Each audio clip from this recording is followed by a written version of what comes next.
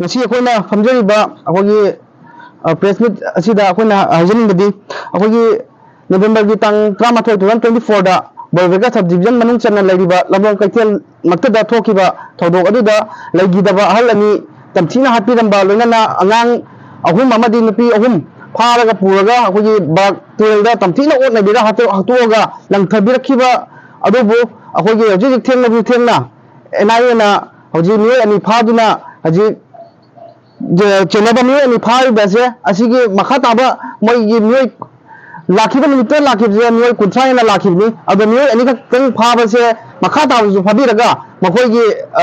चयाक पिबम तोपा सिबगी हक कनोसे चयाक पिबम तोपा से पिबिउ हाइबगी असीमा अखोयगी जे इमुंग मनुंग अमदी अखोयगी खुंजासिंग जे सिगी माइकिदगी सीमा हाजरी चुमना कनोदा जुमदुदा लागा तौगिबा थौदों नते अजो थोगिबा थौदों से मनाक नकपदा अखोयगी CRPF कनो सिंगे मोगी पोस्टिंग लोना लइबा ngakतनी अदुगी मोगी ममामक्तदा हाकिबा मियोसिंदो अथुबा मतमदा फारगा पुथोपि हाइदुना कोगी इमुंग मनुंग अमदी जेसी खुंजासिंग माइकिदगी सीमासु